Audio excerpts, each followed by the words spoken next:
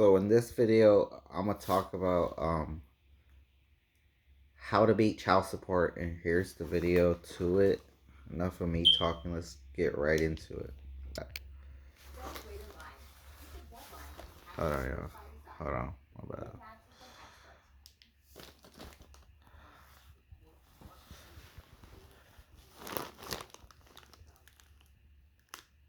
These support cases can begin the administrative agency or judicial court.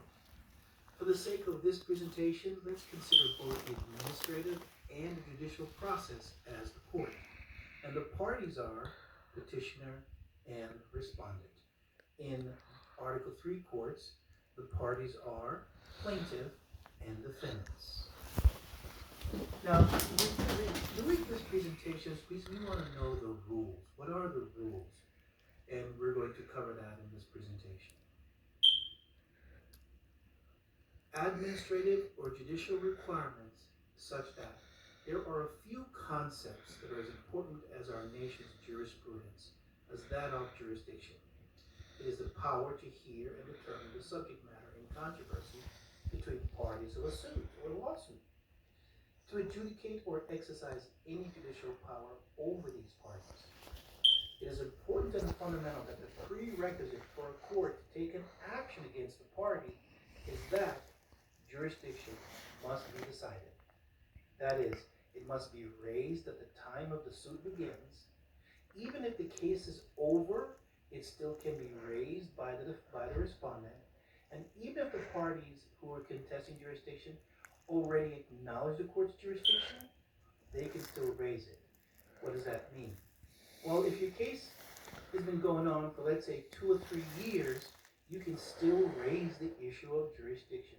Now, many of these judges and commissioners in family court and child support will tell you, no, you can't.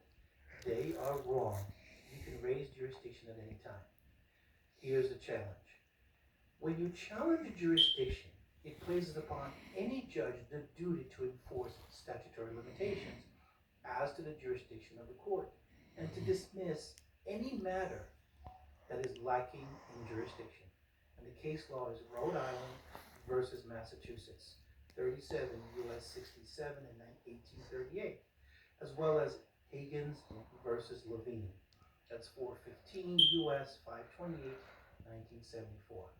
Now, many of you out there who are knowledgeable in the area of jurisdiction will say, well, if you file a special appearance or general appearance, you should be okay. Well, before we get to the filing of special or general appearance, we still have to determine jurisdiction. Filing special appearance, that comes later. So what is jurisdiction of a court? Jurisdiction has 3 topics. Subject, which controls the type of claim before the court. Personal, which is adjudication over the person or the parties in the case. And territory, which is the geographical location such as state, county, or district court. So let's look at the first requirement, that is power over the person, either the respondent or the father, or in the case of child support, the obligator. This is the first requirement. Does the court have jurisdiction over the person? The second requirement is subject matter, that is power over the claim or the lawsuit. The subject is order of support or order of modification, as well as establishment of paternity or DNA genetic testing, or even custody. Again, subject matter. The next and final category is called territory or geographic location of where the claim begins. That is power over the county where the family court case occurs. This is called venue. And venue can be the administrative agency or the judicial court. As you know, child support is a single and separate agency within the Health and Human Services Department. So your case can begin there or within a judicial court. So to review, there are 3 requirements for jurisdiction: subject matter, personal, and territory. And all 3 must be present. That is, if the courts have personal but does not have subject matter, the case cannot proceed to adjudication. They could have territory but don't have the subject matter or the personal, and the case cannot move. Wait, if you've taken Uber since 2019, So let's look at the first option, personal jurisdiction. Personal jurisdiction says, without personal jurisdiction, a court will not have the power to adjudicate a petitioner's claim against the respondent, for whom can move for lack of personal jurisdiction. That falls under Federal Rules of Civil Procedures 12b2. Now, in the states, they have similar statutes, but again, it amounts to the same thing. You can get your case dismissed for lack of personal jurisdiction. Now, how do we start the process to gain personal jurisdiction? In the child support, it starts off with the statute 45 CFR 264.30, where it says that the state agency, Title 4D, must refer all appropriate individuals in a family for whom paternity or support needs to be established. So this is the first step. So how do they go about doing this? Well, a small quiz, a short quiz. Service of process. Yes, they start with what's called service of process under 45 CFR 303.101, called the expedited process. Now, in this statute, it says they use the long arm jurisdiction. Well, Chris, you didn't cover the long arm jurisdiction. What is that? We will, but first, they use the long arm jurisdiction.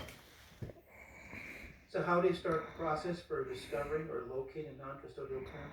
They use sometimes the United States Postal Service, which is 45 CFR 303.3. So they do two things. They are looking for both the respondent, the father, the obligor, and your employer. Now, many of you who receive this request, many men who receive this request for child support, will sometimes want to refuse the mail or return the mail back to the agency or to the court. Read the video on this and whether or not this is a good strategy. Please feel free to review this, because this goes to establishing personal jurisdiction. Hello, my name is Chris, and in this session, we're reviewing the fundamentals for jurisdiction. If you are challenging the child support agency, you must understand the requirements for jurisdiction as well as the foundation for the challenge, so that you can escape the program. As always, you can get our information on your favorite podcasts, Apple, Amazon, as well as Spotify. Also, we ask for a donation. We bring you these research, that we do extensive research so that you can escape the child support. We ask for a $25 gift, but we will take any amount. For example, if you want to hit us up on Cash App for $5, please feel free to do so. You can also reach us on Facebook, Instagram, and Twitter. So let's start off with the first jurisdiction, which is personal jurisdiction. Here are the three categories. Personam jurisdiction, that's personal contact with the forum state. Next is in rem jurisdiction, that's property ownership within the forum state. Again, the location is called the forum state. Third, quasi in rem, that's also property within the state. Now, those categories of personal jurisdiction falls under two tests. One is statutory, the other one is constitutional. So before you file your special notice of appearance or anything before the court, you must decide where or when you select for your challenge. So this is where you start. You start off with, is there a statutory requirement for you men to be in child support? If that is satisfied, then you move to the Constitution. So let's review the statutory and constitutional requirement. The statutory limitation: a court will not be able to exercise personal jurisdiction over a respondent unless a statute exists in the forum state that explicitly authorizes the court, and exercises personal jurisdiction over him. What does that mean? That the legislators will have to write into the law, code, statutes that they have personal jurisdiction based on specific criteria. That criteria cannot be vague, it must be specific. So one of those criteria is whether or not child support can be leveraged against 1099 workers. We've said this on this channel. 1099 workers are not included in a child support program. Now, many states have attempted to write statute specifically to include 1099 workers. Many have been unsuccessful, and the reason is this. Because the federal government says that 1099 workers are not included, the states cannot write a statute again to compete with the federal government as a result of the supremacy clause. So states like New York and California will say that they have jurisdiction over 1099. They do not. Texas, all these states says that they do. They do not. They cannot write that statute. So there is no explicit statute. Women, that's the other statute. There are no statutes that places a woman within the child support program. Yes, I've had a few women who reached out to me. They are paying child support, but there is nothing in the statute that says so. And we've done a couple of videos on women not included in child support. Please review that. If you have ever wanted to land a 100... The second test of limitation is the Constitution.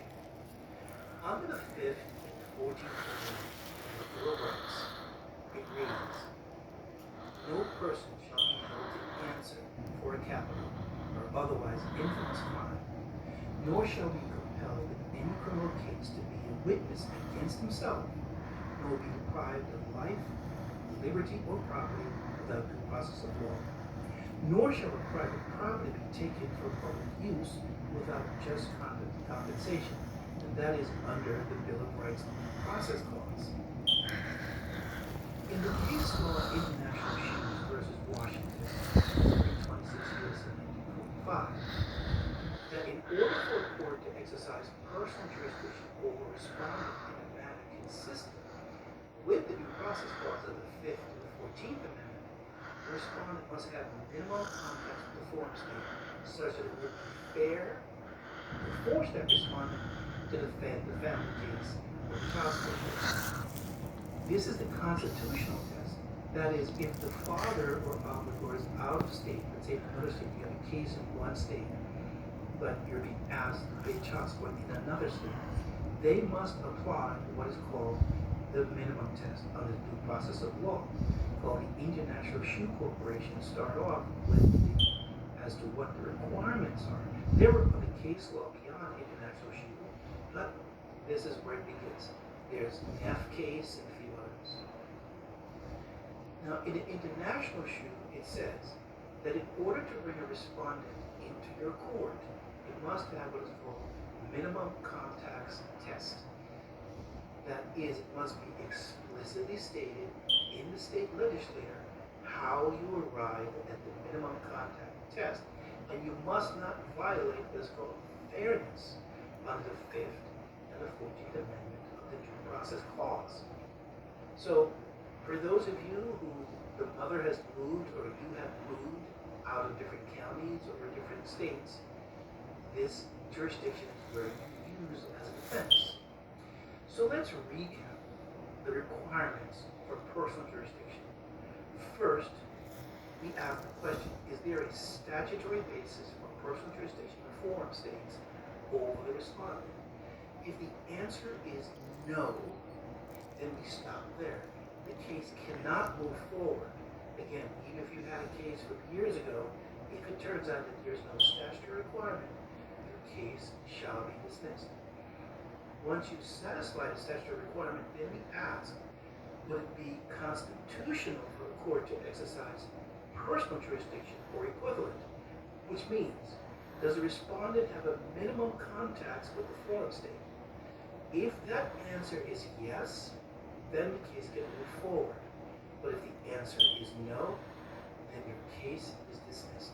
And these are the requirements for personal jurisdiction: statutory, or constitutional. We will continue the rest of this lesson on the other jurisdictional requirement in lesson 2, where we focus more specifically on the statutory limitation of jurisdiction. We will also continue this conversation. We will have other information regarding child support and jurisdiction on our masterclass website, which is childsupport.newzemler.com. Thank you for listening.